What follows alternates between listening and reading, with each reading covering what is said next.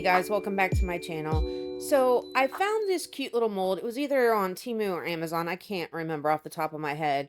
But I thought that it would be really, really cute to make ornament slash gift tags with these little guys.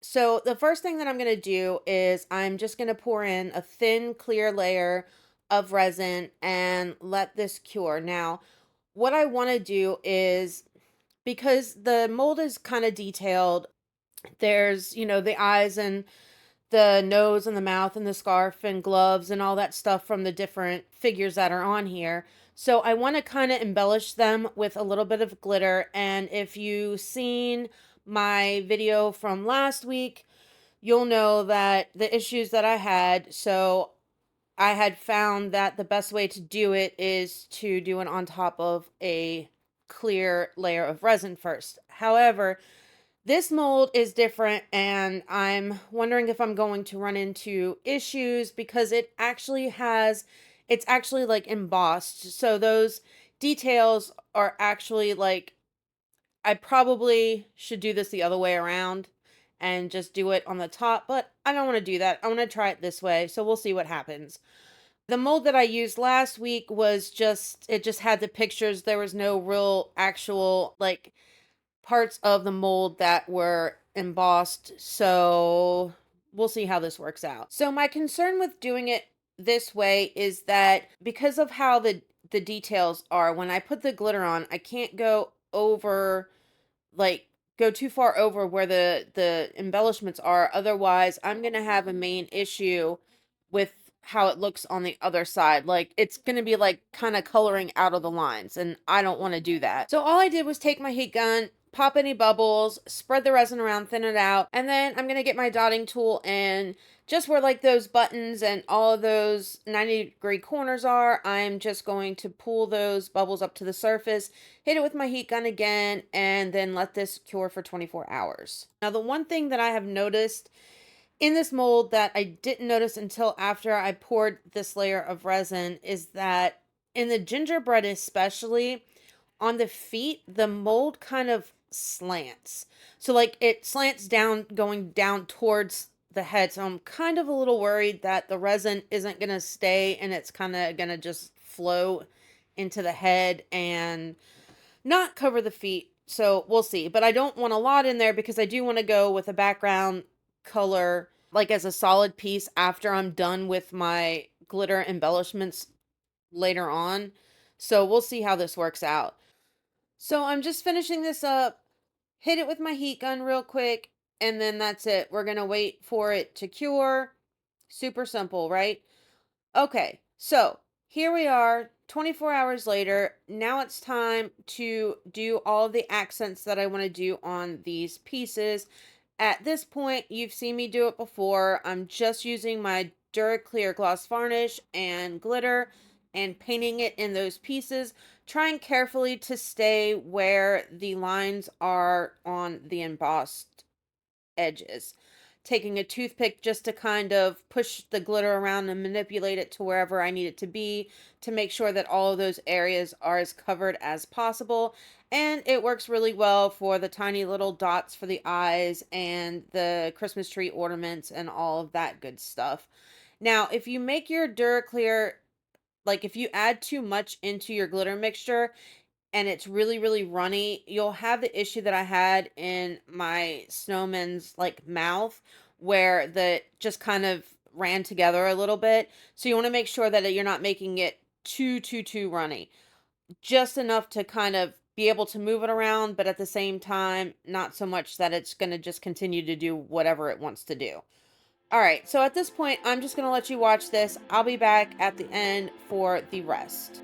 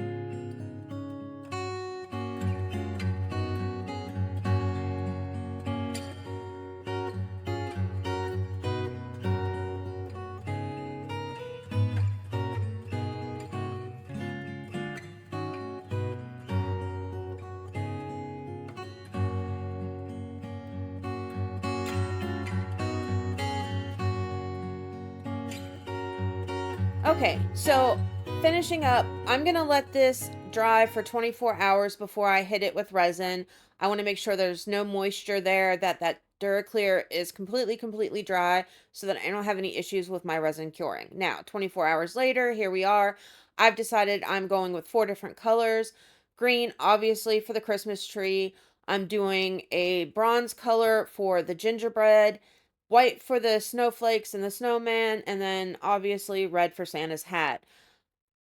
The issue that I have is that I can't seem to find a nice dark green mica powder to save my life. All of them are either too bright or they're too blue or they're whatever. There's just always an issue. So I'm going to try to mix it and see what I can figure out if I can make the shade that I want to make. Right now, just mixing up the white. I want them to be opaque, so I'm going in there making sure that I'm putting in enough mica powder so that you can't see through it.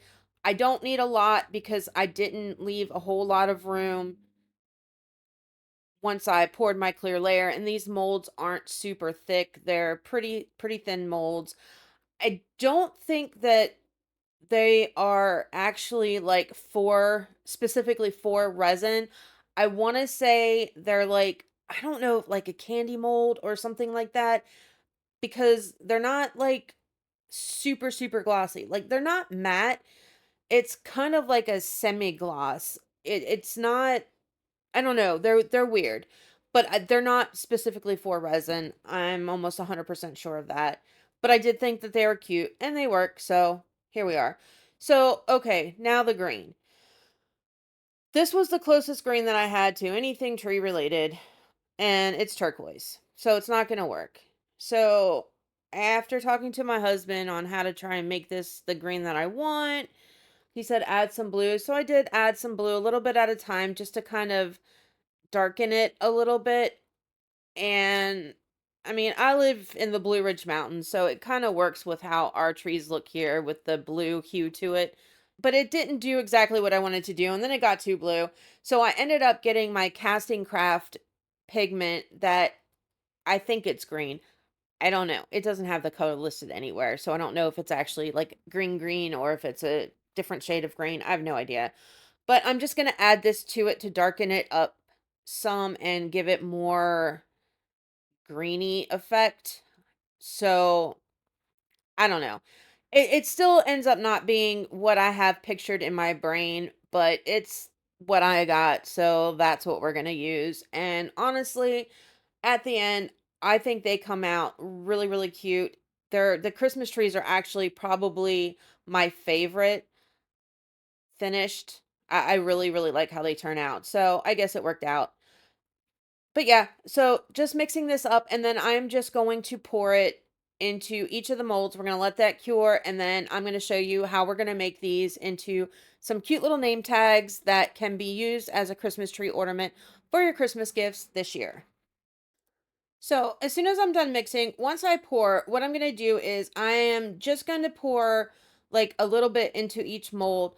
I'm then going to take a toothpick and very carefully, because I don't want to dislodge the glitter that's in there. I don't want to scratch my mold either. I'm going to kind of go around the edges with a toothpick and just make sure that the resin is covered all the glitter, because it did kind of go up on the sides a little bit, and make sure that there's no bubbles in any of those 90-degree corners. And then after that, I will fill them up the whole way. I will hit them lightly with my heat gun after that, just to pop the bubbles. And I will catch you on the flip side.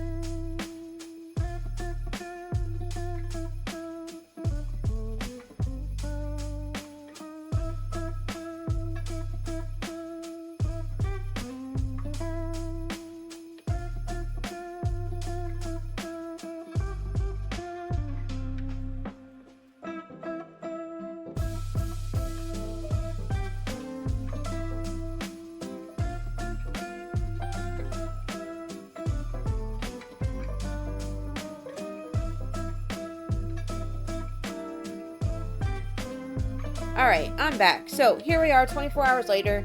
Time to demold these guys. They come out really, really easily. The snowflakes came out a little bit harder, but it wasn't anything, too terrible. Look how gorgeous that is.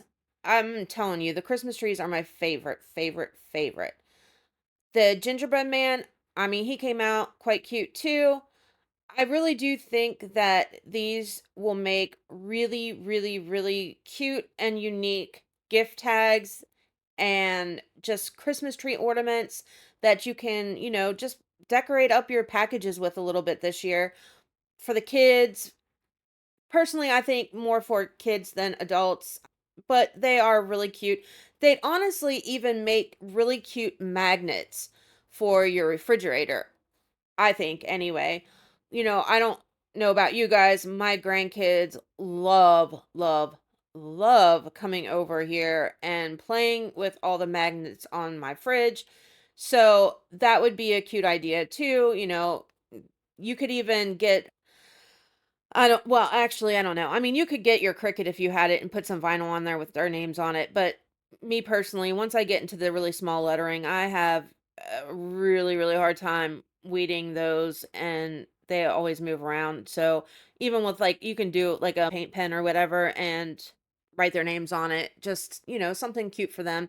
They have their own fridge magnet, they have their own Christmas tree ornament, whatever, but you can just drill a little hole in it and attach it to a tag like we're going to do here in a minute. Or if you choose to go the magnet route, you can just put the magnet on the back, glue that on there, and you can still attach it to, a gift tag, still write their name on it, just maybe a little bit of glue or sticky tack, that kind of boogery glue that they use on your packaging when you get something.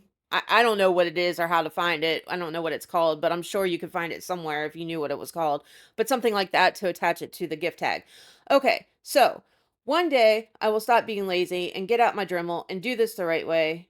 And which actually I'm being lazy, but is this is the harder route to go just because I don't feel like digging out my Dremel. But all I'm doing is drilling a hole in the top of the Christmas tree, right in the middle of the star. And then I'm going to attach some twine to it inside. Now, I ordered some actual like cardstock gift tags that were just kind of blanks to actually put these on, but unfortunately they didn't come in time, so we're going to pretend this is one of them. Obviously, I personally would order like the longer, more squared ones that kind of have almost like a triangle top to it, which is what I ordered that didn't come in. But I think that size-wise, it would look better and it would have more room for like you to put the name and all that good stuff on there. But all I did was attach it with some twine, tie on the back, there, bam, done, got your gift tag, got your ornament. All they have to do is, I mean, quite frankly, they could just rip off the tag and they don't even have to untie the twine on there. That's it for this one, guys. Like, subscribe, share, all that good stuff. I will catch you on Thursday. I'm super excited for Thursday's video. I will see you then. Love ya. Bye.